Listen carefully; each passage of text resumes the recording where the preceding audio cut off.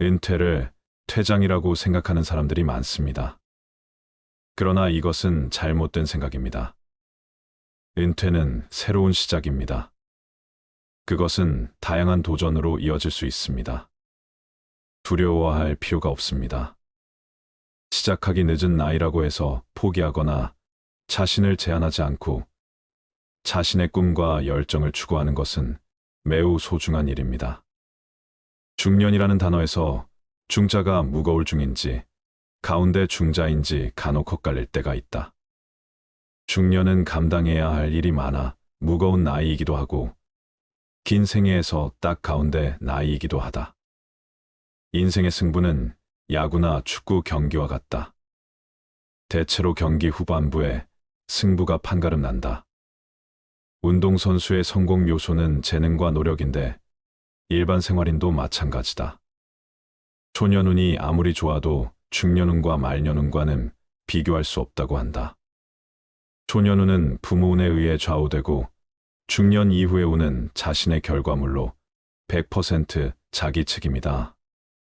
대기만성한 사람들에게 무엇을 배울 것인가? 중년을 실패만 하는 시기로 착각하지 말라. 오히려 중년은 큰 걸음으로 성큼성큼 걸어나가 엄청난 진보와 성공을 쟁취할 수 있는 가장 좋은 시기이다. 당신은 서서히 꺼져가는 불씨가 아니라 새롭게 타오르는 불꽃이다. 당신을 기다리고 있는 것은 위기가 아니라 부흥이다.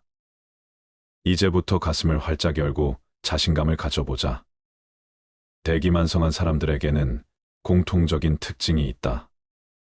그들 모두가 강한 목적의식을 가지고 있었다는 것이다. 또 그들은 열정의 소유자였다. 무엇보다도 가장 중요한 것은 비록 남들의 불신이 있더라도 자신이 하는 일에 대한 강한 확신을 갖고 있었다는 점이다. 마흔은 나에게 젊음과의 영원한 작별인 줄 알았다. 하지만 세월이 지나며 나는 알게 되었다. 마흔은 우리의 사고와 행복을 제약하는 장벽을 허물기 시작하는 나이라는 것을 말이다. 이 말은 천신만고 끝에 50세가 훨씬 넘어서야 빛을 본 사업가가 한 말이다. 은퇴 후 도전하는 삶은 아름답다. 도전하는 실버 청춘이 되어 새로운 경험과 새로운 삶의 가치를 찾고 성취를 이루어 나가세요. 시작하기에 늦은 나이는 없다. 새로운 분야에 도전하는 것을 나이 때문에 망설이는 경우가 많은데요. 올해 90세이신 할머니는 아이패드 드로잉 작가로서 인스타그램 스타다. 팔로워가 7만 5천 명이다. 그녀가 그린 꽃 그림과 풍경은 사랑스럽고 향수를 부른다. 10년 전 80세 때 주민센터에서 처음 컴퓨터를 배웠고 3년 전 아이패드를 구입하고 그림을 그리기 시작했다고 한다. 시간 보내기 위해 시작한 일이 그를 유명 인사로 만들었다. 50대에 들어 피아노를 시작한 평범한 중년 아버지도 있다. 그는 가족들의 TV 시청에 방해되지 않도록 헤드셋을 쓰고 연습한다. 자신의 연습 장면을 유튜브에 올리며 친구들끼리 서로 격려하고 연습하는 열정이 스스로 자랑스럽고 행복하다. 올해 60대 후반인 어떤 분은 은퇴 3년 전부터 외국어 준비와 은퇴 후 시간을 활용할 수 있는 취미를 탐색했다고 한다. 은퇴 후 세상 밖으로 나오니 하고 싶고, 배우고 싶고, 보고 싶고, 가고 싶은 곳도 정말 많았다. 코로나19 시기를 제외하고는 해마다 23개월은 자유여행을 떠났다고 한다. 국내 생활비 정도면 해외여행을 할 수 있었다. 국내에서는 정부와 지자체, 복지시설 등에서 실버들을 위한 다양한 프로그램과 프로젝트로 배움의 욕구를 충족하고 활용했다고 한다. 인터넷 세상에서 정보를 찾아 활용하는 방법을 꾸준히 배우고 익히는 일이 도움이 되었다. 인생은 언제라도 새로운 시작과 도전을 통해 변화와 성장을 이룰 기회로 가득 차 있었다. 시작하기에 나이는 문제가 되지 않았다. 세계적으로 성공한 유명인 중에 늦은 나이에 빛을 본 사례들이 있습니다. 대기만 성형 사람들은 이른 나이에 성공한 사람과 구별되는 독특한 특징들이 있다고 하는데요. 오늘은 나이 들어 대기만성한 사람들의 강점을 말씀드리고 도전이 왜 필요한지에 대해 말씀드리고자 합니다. 잘 들어보시고 도전하는 삶을 가져보시기 바랍니다. 첫 번째, 경험과 노하우. 어떤 경험이든지 마이너스가 되는 경험은 없습니다. 다양한 경험으로 얻게 된 노하우는 돈으로도 살 수 없죠. 오랜 시간 동안 축적된 삶의 지혜를 바탕으로 대기만성형은 현명한 결정을 내릴 수 있습니다. 두 번째, 경험을 기반한 창의성. 여러 실패를 겪은 끝에 어렵게 성공하면 신중해질 수밖에 없습니다. 보통 나이가 들면 창의력이 떨어진다고 생각하는데 대기만성형 인간은 나이가 들어도 여전히 창의성을 보입니다. 다만 대기만성형은 창의성을 발휘하기 전에 여러 실험을 거치기 때문에 시간이 다소 걸린다고 합니다. 세 번째, 위기에 대처하는 능력. 누구나 실패를 겪는 것은 힘든 일이지만 대기만성형은 실패에 대한 면역력이 높아 보통 사람들보다 빨리 오뚜기처럼 일어선다고 합니다. 네 번째, 자기 자신에 대한 신뢰. 늦은 나이에 새로운 도전을 하기 쉽지 않은 이유는 주변인들의 의심과 반대에 많이 휘둘리기 때문인데요. 사실 자기 자신도 믿기 힘듭니다. 대기만성형 사람은 도전 과제를 극복하기 위해 자기 자신의 능력을 의심하지 말 것을 강조합니다. 늦은 나이에 어렵게 성공한 만큼 그 성공의 가치에 대해 더 귀하게 여길 줄 아는 것도 중요한데요. 여러분도 대기만성형 사람처럼 긍정적인 생각을 바탕으로 많은 것을 이룰 수 있길 응원하겠습니다. 실버 청춘은 여유로운 시간 속에서 여행을 통해 자연의 아름다움을 느끼고 새로운 장소에서의 경험들은 인생에 풍요로움을 더해준다. 다양한 문화와 예술, 자연환경을 만나는 해외여행은 세계를 탐험하고 새로운 경험을 쌓을 수 있다. 다른 나라의 문화와 사람들을 만나면서 시야를 넓히고 자신의 관점을 바꿀 수도 있다. 은퇴자들은 평생의 경험과 지식을 바탕으로 새로운 도전에도 장점을 가지고 있다. 더 많은 시간과 자유로움을 갖고 있으므로 자신의 관심사나 열정에 따라 새로운 분야로의 도전이 가능하다. 여행 외에도 자원봉사, 취미활동, 교육 참여 등 다양한 활동을 통해 실버 청춘들은 새로운 경험을 쌓고 새로운 사람들을 만나며 새로운 삶의 가치를 찾을 수 있다. 은퇴한 5060 세대에게 일이 왜 중요할까요? 5060은 여전히 건강한 산업여군입니다. 수명 연장과 저조한 출산율 등 사회적 변화를 고려하면 그들이 뒷방 노인이 물러나는 일은 국가적으로도 손실입니다. 또 생계를 위한 돈벌이에만 주력했다면 은퇴 이후에는 내가 하고 싶은 일, 내가 좋아하는 일을 하는 기회를 가질 수 있는 시기입니다. 수입 창출, 사회 공헌, 재능 기부 어떤 이유로든 5060에게 일은 반드시 필요한 것이지요. 그러나 5060 세대의 취업 상황이 좋지는 않고 창업은 섣불리 권하기가 어려운 게 현실입니다. 일하기를 원한다면 자신의 커리어 관리가 중요하겠지요. 오래 해온 일을 연장해서 이직하느냐 또는 새로운 분야에 도전하느냐는 본인 의사가 중요합니다. 그러나 어느 쪽이든 본인의 경력이 활용 가능하냐 아니냐의 문제이지 본인의 선택이 될 수 없습니다. 예를 들어 조선업계에서 퇴직하고 다시 조선업계에서 종사할 수 있을까요? 안타깝지만 조선업계의 위기로 불가능할 것입니다. 또 대기업에서 IT 개발팀장으로 일하던 분이 경력을 살려 중소기업 IT 개발팀으로 가기는 쉽지 않아요. 왜냐하면 중소기업에서는 개발자를 원하지 IT 관리자를 뽑지는 않거든요. 자격증은 취업 또는 창업에 어느 정도 역할을 할까요? 이직의 경우에는 자격증이 꼭 필요한 것은 아니지만 자신의 경력을 활용하지 못하는 분야로 재취업하게 된다면 과거 경력이 화려하다고 해도 회사 입장에서 보면 신입사원이나 다를 바가 없습니다. 이런 경우에는 본인의 전문성을 입증받기 위해서 자격증이 꼭 필요하다고 말씀드릴 수 있겠습니다.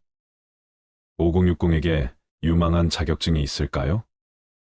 50대 이상이 많이 취득한 자격증을 남녀별로 말씀드리자면 남성 1위가 지게차 운전기능사, 2위 굴삭기운전기능사, 3위 건축도장기능사, 4위 전기기능사, 5위 조경기능사 순입니다. 여성 1위는 한식조리기능사, 2위 양식조리기능사, 3위 세탁기능사, 4위 건축도장기능사, 5위 중식조리기능사입니다. 이 중에 전기 분야를 눈여겨보실 것을 권해드리고 싶습니다. 전기 분야는 자격증이 반드시 필요한 특수 분야이고 진입 장벽이 있는 편이라 자격증 취득이 취업에 유리하게 작용하기 때문입니다. 자격증은 국가 자격증과 민간 자격증으로 나뉩니다. 실제 취업에 있어서는 국가 자격증이 단연 유리합니다. 민간 자격증은 36,000여 개에 이르는데 그중 공인민간 자격증을 따시라고 권해드립니다.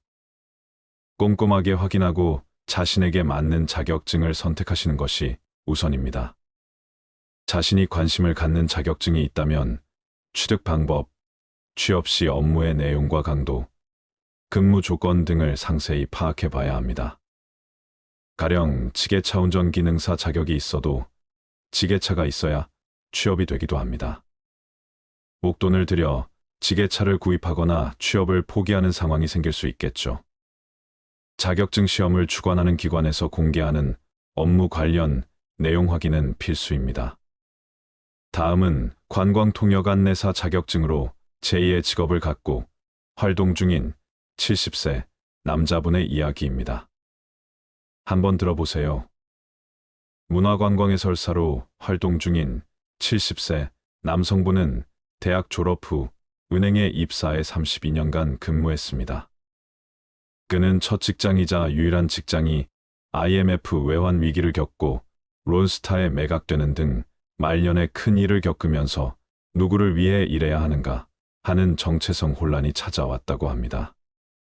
퇴직은 회사의 특별 퇴직제도를 통해 3년간 계약직으로 근무하다가 만 58세에 퇴직했습니다. 그는 계약직으로 근무하는 3년간 틈틈이 공부해서 관광통역안내사 영어 자격증을 취득했습니다. 열심히 준비한 결과로 문화관광해설사로 뽑혀 7년째 활동 중이며 관광가이드로도 일하고 있습니다. 우선 자신의 강점이 무엇인가를 파악했다고 합니다. 자신의 희망 직종으로 무역상, 여행가이드, 경영 컨설턴트 순으로 정리되었는데 국내외 여행 경험이 풍부하고 여행을 인솔한 경험도 있어서 우선 순위로 여행 가이드를 준비했습니다. 과거 외국에 3년간 파견되어 근무하면서 영어와 스페인어 실력을 갖추게 된 점도 도움되었습니다. 관광통역 안내사 자격증 준비는 독학으로 공부했고 영어 인터뷰는 사설 학원을 다니면서 예상 질문 자료 등을 참고해서 공부했습니다. 그는 문화관광해설사 채용 시 자격증이 있어 가산점을 받고 취업이 되었습니다. 저에게 활동비를 받는 자원봉사지만 해설, 경험 자체가 가치가 있다고 생각해요. 주로 경복궁, 북촌과 서촌, 낙산, 남산, 성북동 등을 둘러보는데 여태까지 700회 정도 해설했습니다.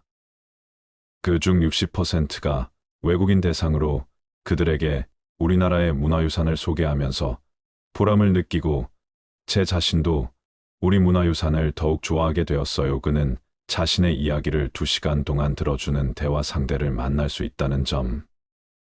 해설하기 하루 전 내 나름의 시나리오를 만들어 공부하면서 치매 예방도 하고 걸으면서 건강까지 챙길 수 있어 더욱 보람된다고 말합니다. 또한 해마다 문화관광해설사로서의 실력을 점검하는 테스트도 받아야 하므로 자원봉사지만 실력을 키우기 위해 노력하게 된다는 점도 좋습니다. 그는 여행사의 관광가이드로도 일하고 있습니다. 6개월 전부터는 9인승 카니발을 구입해 프리랜서 드라이빙 관광가이드로 본격적으로 활동하기 시작했습니다. 그는 퇴직 전과 후 느끼는 삶의 변화를 이렇게 말합니다. 여느 직장과 마찬가지로 이런저런 일도 있었지만 좋은 직장에서 평탄한 삶을 살았습니다. 한편으로는 정해진 일만 하니까 도전이 없는 삶이었죠. 그러나 스스로 계획해서 실천하고 평가하는 과정을 거치며 인생 2막을 충실하게 살아온 점에 대한 보람과 소득을 창출하며 자신감과 활력을 느낍니다. 사회복지사 자격증에 도전한 60대 할머니도 있습니다. 젊었을 때는 회사도 다니도 아이들도 있으니까 바쁘게 시간이 흘러갔는데 이제 60대가 되다 보니 그냥 집에만 온종일 있게 됐어요. 항상 여유가 필요하다고 생각했지만 은퇴 후 막상 일을 쉬니까 노후에 대해서 걱정이 되었다고 합니다. 그래서 어떻게 할까 생각하다가 너무 힘든 건 이제 못하겠고 사람들에게 도움이 될 수 있는 일을 찾았다고 합니다. 어떤 것이 있을까 찾아보다가 최근 들어 사람들이 복지 관련해서 관심도 많이 갖고 있고 의미도 있다고 생각되어 자격증에 도전해 보았어요. 사회복지 관련 일에 종사하기 위해 자격증은 필수였습니다. 은퇴 후에 어떤 것을 해야 될지 잘 모르겠다면 자격증에 도전하는 것도 좋을 것 같습니다. 100세 시대인 요즘에 60세 정년을 채우고 40년을 특별한 일이 없이 느긋하게 보내는 삶이 과연 행복할 수 있을까 하는 생각도 드는 요즘입니다. 은퇴 후 돈을 위해 일하는 삶은 버겁고 쉽게 지칠 수 있지만 내가 원해서 할 수 있는 즐거운 노동이라면 인생에 더 활력이 생기고 재미나지 않을까 하는 생각이 듭니다. 그래서 은퇴 후에 산 좋고 물 좋은 곳에서 예쁜 펜션을 운영한다거나 귀농 귀촌 로망을 실현한다거나 여러 가지 은퇴 후 즐거운 노동을 기꺼이 시작하시는 분들도 많이 있습니다. 일부 은퇴자들은 자원봉사 활동을 통해 사회에 기여하며 자신의 지식과 경험을 다른 사람들과 공유한다. 이 과정을 통해 그들은 자신들의 삶의 의미를 찾고 새로운 목표를 설정하는 기회를 제공하며 새로운 도전을 하고 그 결과로 새로운 만족감을 느낀다. 미국의 현대 화단에 돌풍을 일으킨 해리 이범에는 81세에 그림 공부를 시작했다. 그는 원시의 눈을 가진 미국의 사갈로 불렸다. 101세가 된 해에 가진 전시회에서 그는 몇 년이나 더 살 수 있을까 생각하지 말고 내가 어떤 일을 더 할 수 있을까 생각해 보세요. 무언가 할 일이 있는 것, 그게 바로 삶입니다라고 말했다. 자신이 해왔던 일에서 인생의 마지막까지 열정을 바치는 사람들도 있다. 일제강점기 평양에서 태어난 서양화가 김병기 씨는 103세 때인 2019년 개인전을 열었다. 2021년 105세 때 대한민국 문화훈장 은관문화훈장을 받았고 대한민국 예술원 미술전에서 신작을 공개했다. 2022년 106세로 타계하기까지 그림 활동을 계속했다. 르네상스의 거장 미켈란젤로가 시스티나 성당 벽화를 완성한 것은 66세 때고 베르디가 오페라 오셀로를 작곡한 때가 그의 나이 74세였다. 괴테는 파우스트를 24세에 구상하고 쓰기 시작하여 82세에 완성했다. 여러분, 나이가 들어도 자신만의 꿈과 목표를 이루기 위해 끊임없이 노력하는 노인들이 있습니다.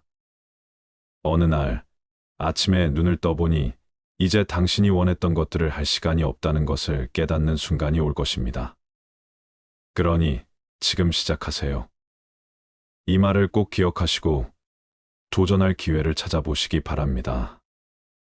인생에서 가장 중요한 시기는 언제인가요? 인생의 말년은 어떤 것인가요? 정신과 육체는 서로 다른 속도로 쇠퇴합니다.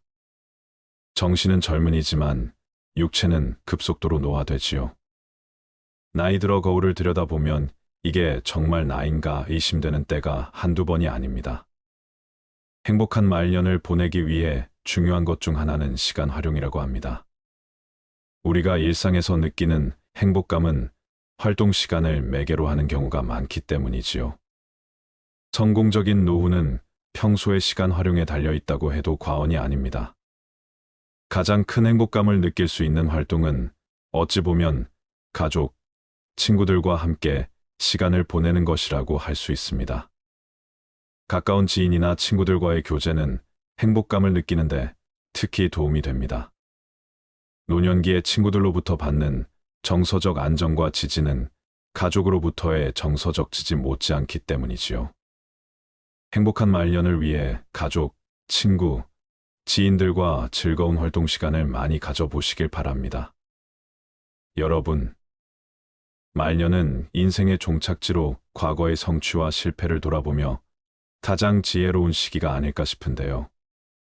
인생의 말년 그 순간은 우리에게 어떤 의미가 있는지 인생의 깊은 고민에 잠기게 합니다. 오늘은 쇼펜하우어의 철학을 바탕으로 말년이 가장 중요한 이유에 대해 알아보는 시간을 가져보겠습니다. 인생 중에서 말년이 중요한 3가지 이유를 말씀드릴게요. 첫 번째, 인생의 말년은 사람에게 가장 지혜로운 시기이다. 그 시기에는 우리가 삶에서 얻은 지혜와 경험을 바탕으로 현명한 판단력을 발휘할 수 있다. 지난 날들의 교훈을 통해 말년은 세상을 더 깊이 이해하고 자기 자신을 더욱 잘 이해할 수 있게 되는 것이다.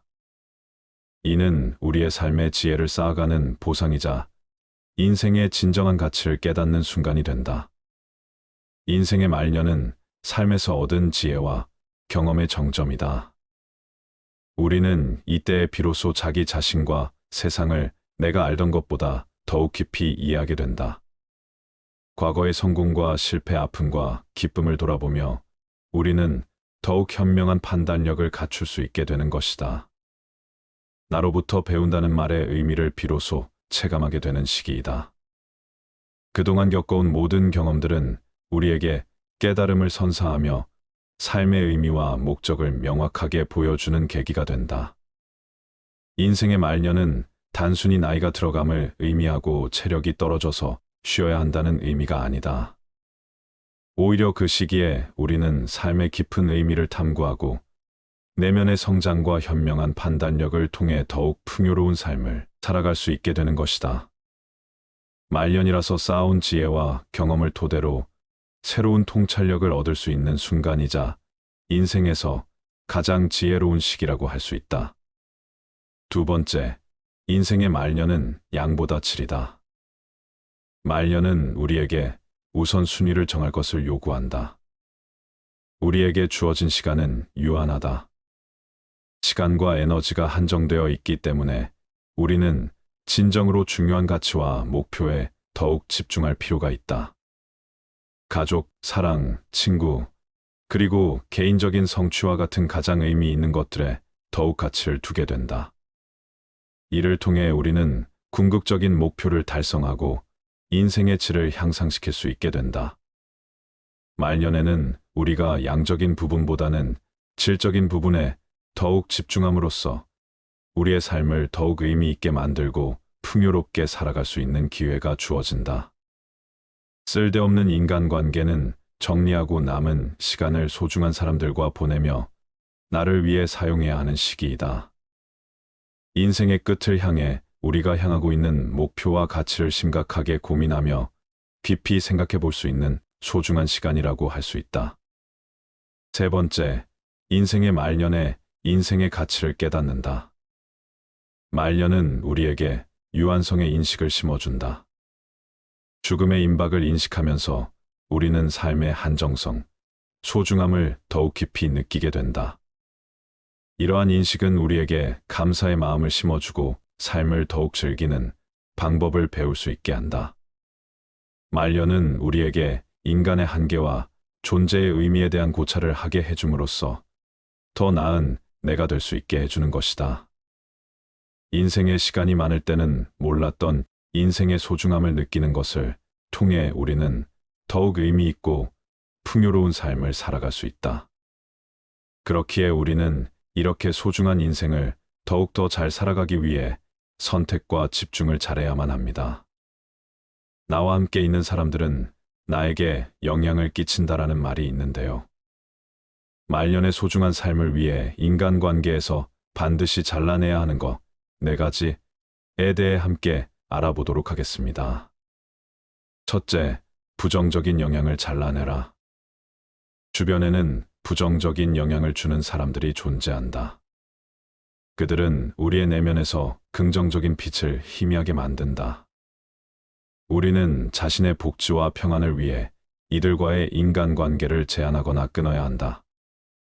우리가 이들과의 연결을 끊음으로써 우리는 긍정적인 에너지와 영향을 품을 수 있는 사람들과 귀중한 시간을 함께 보낼 수 있다.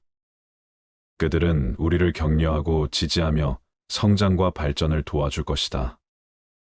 이는 진정한 행복과 만족을 찾기 위해 이들과 함께 걷는 길을 선택해야 한다. 우리의 에너지는 소중하고 우리의 기분은 소중하다.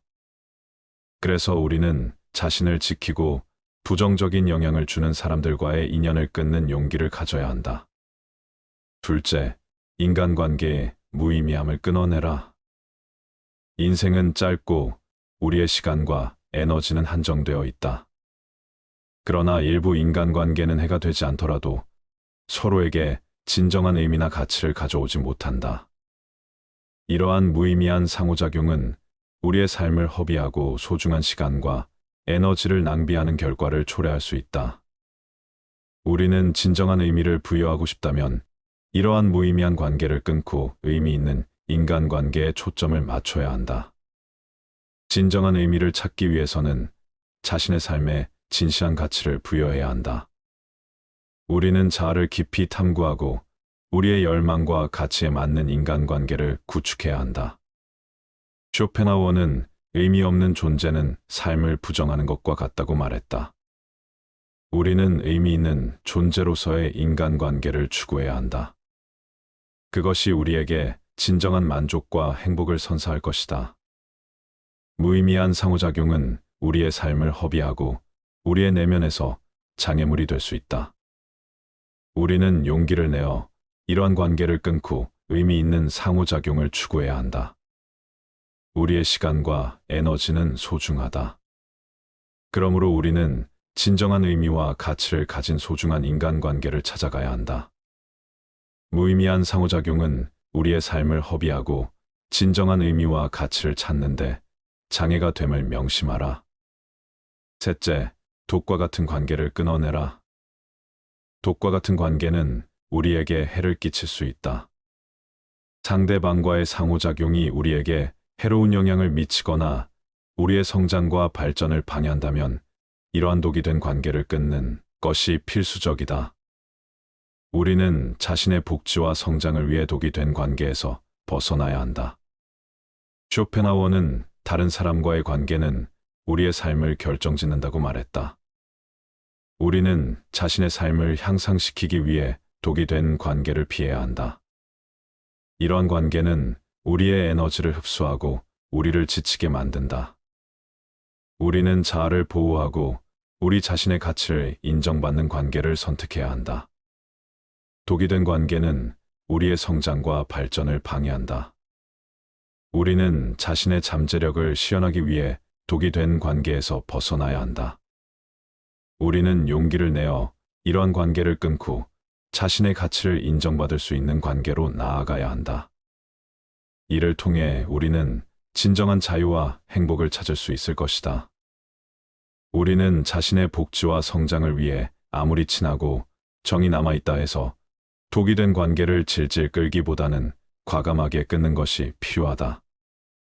인간 관계에서 가장 중요한 것은 상대방과의 관계가 우리의 내면을 어떻게 변화시키는가이다. 다른 무엇보다 이것이 가장 중요하다. 우리는 우리 자신을 위해 독이 된 관계를 끊고 우리의 내면을 풍요롭게 가꾸는 관계를 선택해야 한다. 우리는 독이 된 관계에서 벗어나고 자아를 보호하며 우리 자신에게 진정한 가치를 부여하는 관계를 추구해야 한다. 넷째, 존중 없는 사람들을 끊어내라. 존중하는 것은 그야말로 중대한 가치이다. 사람들은 서로 상처 주고 상처받지 않기 위해 예의와 존중을 만들어냈다. 그렇기에 상대방이 우리를 제대로 존중하지 않거나 우리의 가치와 경험을 경시한다. 이러한 관계를 유지하는 것은 건강하지 못할 수 있다. 우리는 상호 존중이 뒷받침되는 관계를 추구해야 하며 존중받지 못하는 관계에서는 건강한 경계를 설정해야 한다. 쇼펜하우어는 상호 존중은 인간 관계의 중심이라고 말했다. 우리는 상대방에게 존중받으며 우리 자신도 상대방을 존중하는 관계를 추구해야 한다. 상호 존중이 뒷받침되는 관계에서는 서로를 이해하고 받아들이며 서로의 가치와 경험을 존중한다.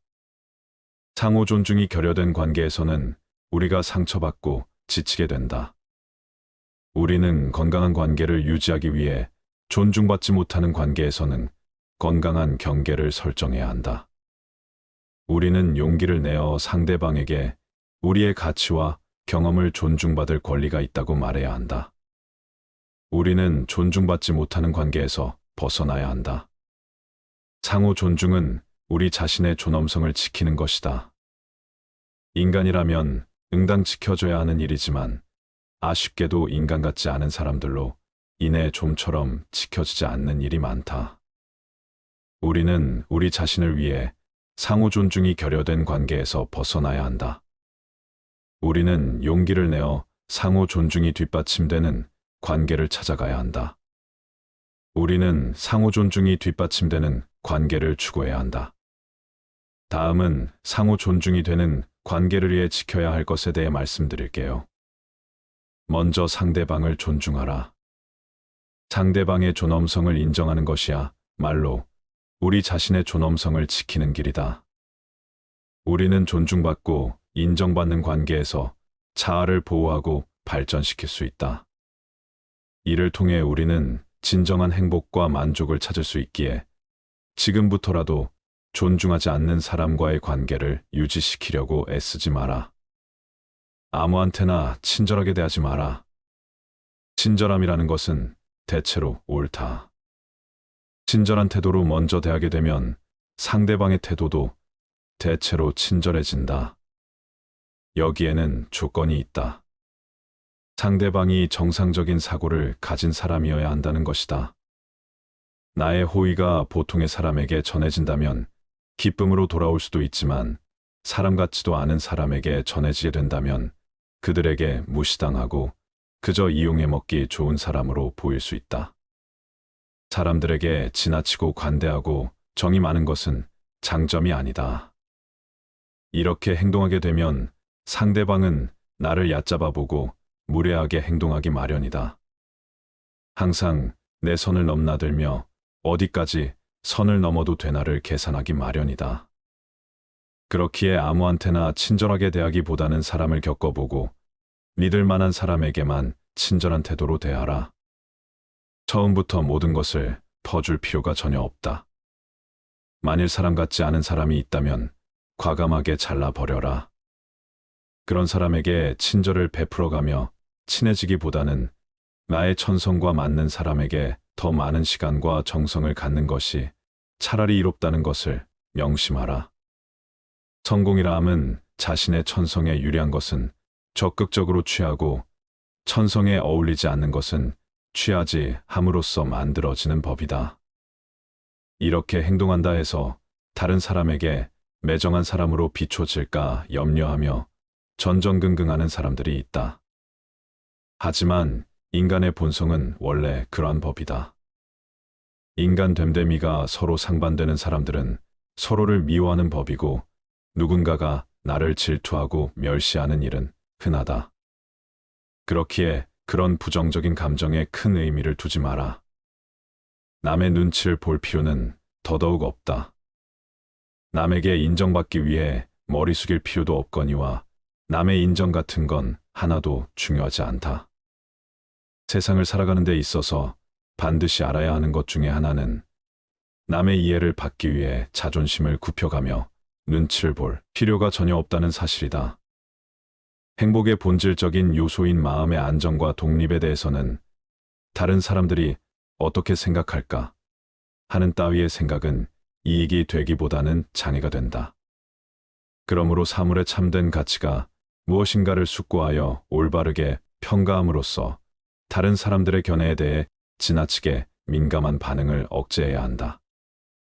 행복의 본질적인 요소인 마음의 안정과 독립은 남의 시선으로부터 해방될 때 가능한 것이다.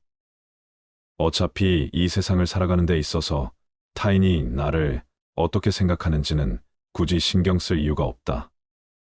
왜냐하면 그들의 인정 따위는 나에게 아무런 의미가 없기 때문이다. 남의 시선을 의식하는 순간 타인의 의견에 다음이 흐려진다. 남의 말을 많이 들을수록 자신이 하고자 하는 말을 잊게 된다. 결국에는 자신이 무엇을 원하는지도 모르고 살아가게 된다. 남들이 하는 대로 따라가다 보면 자신이 원하는 삶은 살 수 없다. 그런 삶은 독립과는 거리가 멀다. 스스로 생각하고 혼자서 결정하는 독립된 삶은 진정한 자유인에게만 주어지는 선물과도 같다. 다른 사람들은 어떻게 생각할까 하는 고민은 행복한 삶을 위해 버려야 할 생각이다. 그런 생각은 자기 자신에 대한 성찰을 빼앗아 간다. 그런 생각을 할수록 자기 고유의 가치관은 사라지고 만다. 자기 존재에 대한 의미와 가치를 잃고 만다. 다른 사람들의 생각으로 채운 내면은 출구 없는 미궁과 같다. 마음속에 그런 미궁을 만드는 것은 자기 탓이다. 타인이 나를 이해하지 못하고 자신의 생각이 확고한 나머지 아무 가치가 없는 얘기로 나를 가르치더라도 반박하거나 분노하지 말고 그저 무시하라. 왜냐하면 애써 반박한다 한들 서로의 기분만 상할 뿐 그 사람이 바뀔 가능성은 거의 없다. 왜냐하면 사람의 성격은 어지간해서는 변하지 않는다. 사람이라면 그게 누구든지 자신의 고유한 성격을 쉽사리 벗어나지 못한다. 외부 상황이 바뀌어 얼핏 다르게 행동하는 것 같아도 그것은 성격이 다양하게 변주되는 모양만 다르게 보이는 것에 불과하다. 사람의 성격이란 거의 변하지 않기 때문이다. 형편없는 인간들이 모여서 훌륭한 인물을 깎아내리고 뒷담화하는 것을 보더라도 아무렇지 않게 여기고 오히려 감사할 것이다. 이런 사람들이 많으니 내가 더 잘 살 수 있구나 하고 말이다. 그렇게 되면 더 이상 타인에게 이해받기 위해 자존심을 굽혀 구걸할 필요가 없다. 쓸데없이 타인의 의견을 바꾸려 하지 말고 한 귀로 흘리는 편이 현명하다는 것을 명심하라. 모든 사람은 그 자신의 이해, 정도와 인식의 한계 내에서만 세상을 바라볼 뿐이다. 남을 신경 쓰기보다는 내 건강부터 챙겨라. 내 건강보다 중요한 것은 하나도 없다. 타인의 인정을 받기 위해 내 몸을 갈아가며 인사하지 마라. 사람들은 크나큰 착각을 하고 있다. 자신의 건강보다 평판이나 돈과 같은 다른 외적인 것을 쫓는 것을 중요시한다. 하지만 건강은 외적인 어떤 재화들과 다 비교할 수 없을 정도로 월등히 중요하다. 먼저 건강해야 재화를 누릴 수 있고 모든 것을 긍정적으로 인식할 수 있기 때문이다. 인간은 조금만 아프더라도 내 주변 모든 것을 불행하게 바라보고 스스로를 비극의 주인공으로 만들어 버리곤 한다. 따라서 아무리 친구가 많고 돈이 많더라도 건강하지 않다면 아무짝에 쓸모가 없다. 남에게 인정받기 위해 스트레스 받아 건강을 해친다면 주객이 전도된 것이다. 우리에게 중요한 것은 나와 가족의 건강이다. 완벽하게 건강한 몸과 건강한 정신, 즐거운 마음 등 이런 것은 지위나 부로 대신할 수 없는 장점이다. 그도 그럴 것이 건강이란 바로 인간 자신을 이루는 것이기 때문이다. 사람이 홀로 있을 때에도 그를 따라다니는 것이고 다른 사람이 그에게 주거나 빼앗을 수 없는 것이므로 건강하다는 것은 행복이다. 그저 그것 하나만으로도 큰 장점이고 행운인 것이다. 더 늦기 전에 건강을 챙겨야 한다는 것을 명심하라. 쇼펜하우어의 말에 의하면 행복의 징표는 웃음입니다. 행복해지고 싶으면 마음속에는 명랑함을 지녀야 한다. 명랑함은 진정한 행복을 드러내주는 외적 표현이다. 명랑함이 없는 삶은 무거운 짐으로 다가온다. 삶을 가볍게 해주는 것은 바로 명랑함이다. 행복은 내적 요인으로 결정되는데 그 내적 요인 중 가장 중요한 것이 명랑함이다. 명랑한 사람들에게는 항상 명랑할 만한 원인이 있다. 그 원인은 그가 명랑하다는 것이다. 명랑한 마음이라는 제보는 어떤 제보로도 대신할 수가 없기에 이에 필적할 것이 없다. 상황이 명랑하지 않을 때라도 명랑할 수 있는 사람이 진짜 명랑한 사람이다. 명랑함의 정도가 곧 그의 행복의 정도가 된다. 많이 웃는 자가 진정으로 행복하고 많이 우는 자가 불행하다. 지극히 당연한 소리인데도 우리는 이 사실을 묵과하고 살아간다. 우울한 인간은 10가지 계획 중 9가지가 성공해도 9의 성공을 기뻐하지 않고 하나의 실패에 화를 내지만 명랑한 인간은 10가지 계획 중 1가지만 성공하고 9개는 실패해도 1가지 성공으로 마음을 달래 명랑한 기분이 된다. 앞서 말씀드렸듯이 행복의 본질적인 요소인 마음의 안정과 독립은 남의 시선으로부터 해방될 때 가능한 것이다. 남의 시선을 의식하는 순간 타인의 의견에 다음이 흐려진다. 남의 말을 많이 들을수록 자신이 하고자 하는 말을 잊게 된다. 결국에는 자신이 무엇을 원하는지도 모르고 살아가게 된다. 남들이 하는 대로 따라가다 보면 자신이 원하는 삶은 살 수 없다. 그런 삶은 독립과는 거리가 멀다. 스스로 생각하고 혼자서 결정하는 독립된 삶은 진정한 자유인에게만 주어지는 선물과도 같다. 다른 사람들은 어떻게 생각할까 하는 고민은 행복한 삶을 위해 버려야 할 생각이다. 그런 생각은 자기 자신에 대한 성찰을 빼앗아 간다. 그런 생각을 할수록 자기 고유의 가치관은 사라지고 만다. 자기 존재에 대한 의미와 가치를 잃고 만다. 다른 사람들의 생각으로 채운 내면은 출구 없는 미궁과 같다. 마음속에 그런 미궁을 만드는 것은 자기 탓이다. 스웨덴 속담 중에 이런 말이 있습니다. 사랑 없는 청춘, 지혜 없는 노년. 이것은 완벽하게 실패한 인생이다. 청춘의 특권은 사랑이고 노년의 의무는 지혜다. 성숙한 노년을 위해 지혜를 쌓아가라. 노인이라는 말은 단순히 나이가 많은 사람이라는 중립적인 의미입니다. 그러나 사회적으로는 경륜과 지혜를 가진 존경할 만한 사람이라는 긍정적인 의미와 더불어 허약하고 능력 없고 영향력 없는 사람이라는 부정적 의미도 함께 지니고 있습니다. 그래서일까요? 60이 넘은 사람들 대부분은 노인이라는 말을 듣거나 노인으로 분류되는 것을 싫어하는 경향이 있습니다. 노인이라는 말이 부정적 의미를 가지게 된 이유는 뭘까요? 첫째, 자신의 경험을 일반화해서 남에게 일방적으로 강요하는 점. 둘째, 새로운 것을 배우려는 겸손한 자세가 부족한 점. 셋째, 실력은 없으면서 현재의 직위나 과거의 직위 또는 나이를 앞세워 권위를 세우려 하는 점. 넷째, 상대에게 간섭하고 잘난 체하고 상대방을 지배하려는 점. 다섯째, 윤리도덕적 기준이나 규정을 무시하고 적당히 넘어가려는 점. 여섯째, 나이 많은 사람을 젊은이들이 이해해주는 것이 당연하다는 생각으로 구태의연한 말과 행동을 하는 점. 일곱째, 대가를 받기 좋아하거나 공짜를 좋아하는 점. 여덟째, 신체적 외모, 옷차림, 말씨 등에 별로 신경 쓰지 않는 점. 이 같은 행동과 태도나 말씨는 노인의 의미와 이미지를 부정적으로 만드는데 크게 영향을 미치고 있다고 합니다. 인간은 태어나서 죽을 때까지 계속 성장 발전한다고 하지요. 노년기 이후에도 계속 발전 가능하기에 발전하는 것이 바람직합니다. 특히 나이 60세가 넘어 노년기에도 계속 발전하는 방법은 나이 먹으면서 노인이 되지 말고 어른이 되는 것입니다.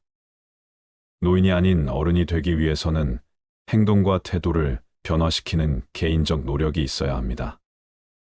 어른이라는 말에는 오랜 시간을 살아온 인생의 경험과 지식을 갖춘 지혜로운 사람이라는 의미가 담겨 있습니다.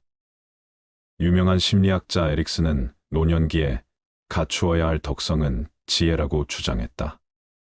단순히 오래 살았다고, 경험이 많다고, 학식이 많다고 반드시 지혜가 많아지는 것은 아니다. 지혜는 오랜 생애 기간을 통해 얻은 많은 경험을 깊이 있게 성찰하여 얻어지는 것이다. 나이를 먹으면서 노인이 아니라 어른이 되는 행동과 태도는 무엇일까요?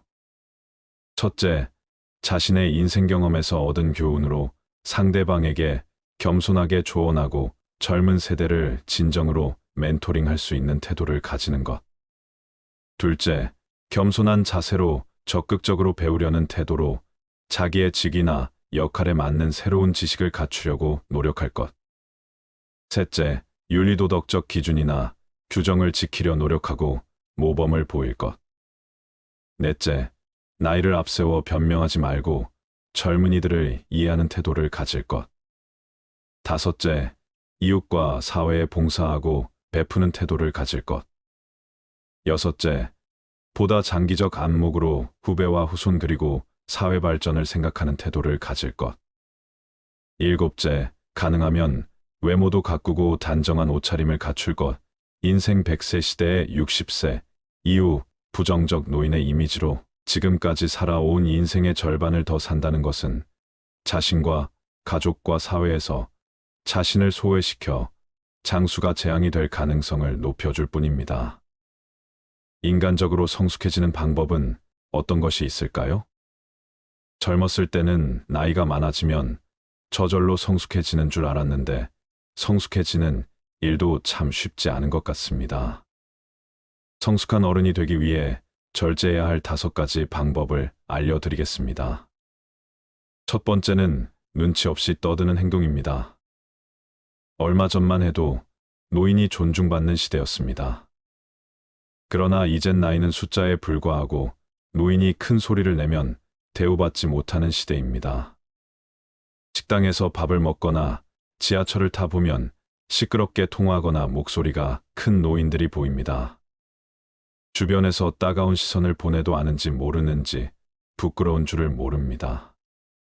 늙으면 청력이 떨어져 목소리가 커지는 것과는 별개로 사람이 많은 곳에서는 기본적으로 주의해야 하는 행동입니다. 오죽하면 통화 내용이 무엇인지 다 알아들을 수 있을 정도입니다. 이런 노인을 보게 되면 인상이 찌푸려집니다. 늙을수록 입은 무겁게, 지갑은 가볍게라는 말이 있습니다. 노인이 말을 많이 하면 피하게 되고 돈을 잘 쓰면 모이게 되는 것이지요. 그러니 나이가 많다고 해서 크게 말하거나 강하게 말하지 마세요. 나이나 지위가 높다고 아랫사람을 함부로 대하는 사람이 많습니다. 내 생각만 옳다고 착각하는 것을 보면 그만큼 꼰대 같은 행동이 없습니다.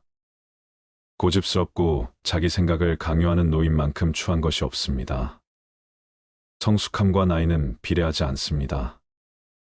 많은 분들이 자신의 이런 행동을 잘 모르고 계실 겁니다. 오랜 시간 굳어져 온 습관 때문이지요.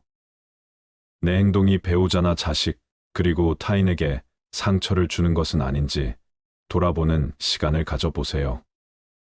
요즘 젊은 사람들이 얼마나 똑똑한지 아시나요? 이제 우리의 시대는 저물고 있다는 사실을 인정하고 겸허하게 시대의 변화를 받아들입시다. 이런 모습이 내면이 성숙하고 존경스러운 어른의 모습 아닐까요? 두 번째는 허세나 허풍을 심하게 하는 행동입니다. 나이가 들어도 허세나 잘난 척이 심한 사람이 있습니다.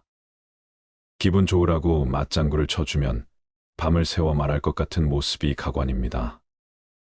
중년 이후에는 자식 자랑밖에 할 게 없다는 말이 있습니다. 하지만 아무리 친한 사이더라도 자식 자랑은 하지 않는 것이 좋습니다. 친구에게도 말 못할 사정으로 자식 때문에 힘들어하는 사람이 많습니다. 자식이 매번 돈을 해달라고 하거나 사고를 쳐서 속을 썩이고 있는 것이지요. 안 그래도 나는 내 자식 때문에 힘든데 옆에서 자식 자랑을 하면 자존심도 상하고 마음도 아프게 되는 것이 본능입니다. 내 욕은 참을 수 있어도 누가 내 자식 욕하는 것은 못 참는 것이 부모의 마음 아니겠습니까? 그런 것처럼 내 자식을 자랑함으로 상대방에게 혹시나 신뢰가 될 수 있다면 차라리 아무 말 말고 부부끼리 서로 자식 칭찬을 하는 것이 좋습니다.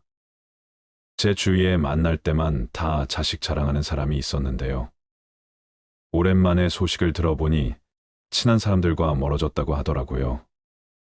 자식 자랑을 하다 보면 실제 사실보다 부풀려 말하기도 하고 남의 자식이랑 비교하게 되기도 하니 만나는 것 자체를 피하게 되는 것이지요.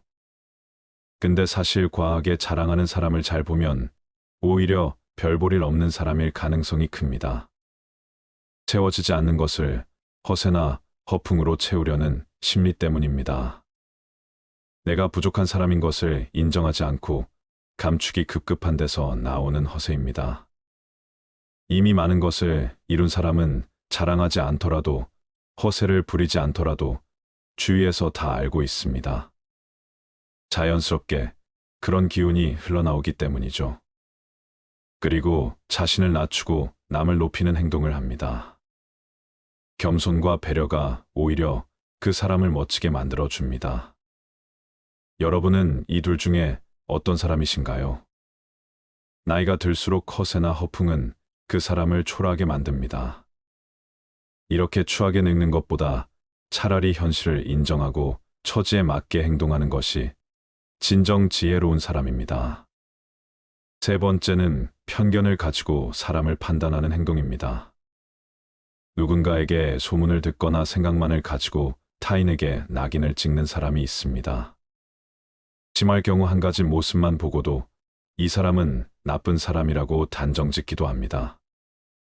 제가 아는 분이 50대 중반인데 한 모임에서 새로운 기술을 배우고 싶다고 얘기했더니 그 나이에 무슨 기술을 배우냐고 비웃는 사람이 있었습니다.